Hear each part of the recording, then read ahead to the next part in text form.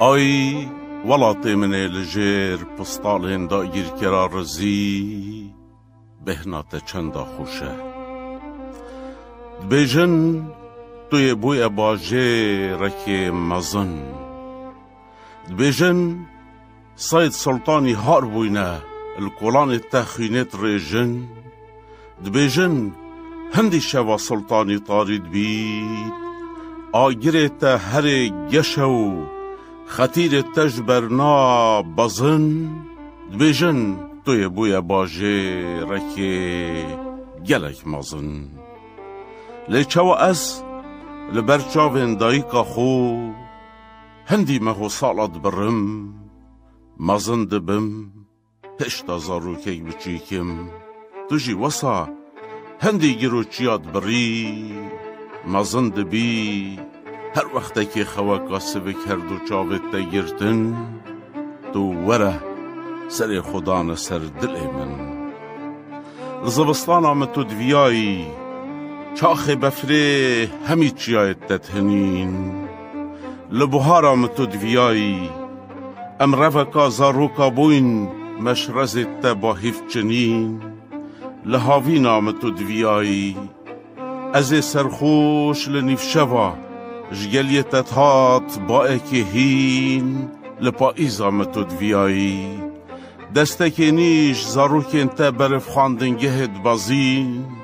lê li xurbet û xerîbiya hemî wexta min tu divêyî tu bibiye gurgek û ji daristanekê bêy min tu divêyî tu bibiye tavyeka dijwara gijlokê li serê min bêy min tu divêyî tu bibiye kanîkeka agirî li bin her du pêt me bizêy min tu divêyî tu bibiye kavîsek jî xewna me da bêy her min tu divêyî dibêjin tu yê bûye bajêrekê gelek mezin ji pêlên te reşekê sultanî dibezin dibêjin ejdehayê bûye Fîr'ewn yê bi ser hinarekê dikevît berê roja te wergêrît lê roja te her wekberê ji geliyê bêsirê helêt û li girê şaxekê ava dibît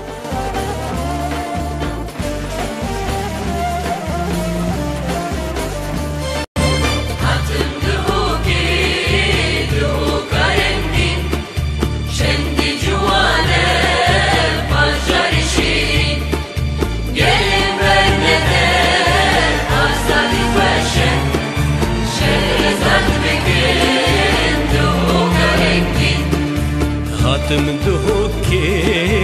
duhka rengin kendi civare bajar şirin gelin bernede azadi faşe şenkin duhke duhka rengin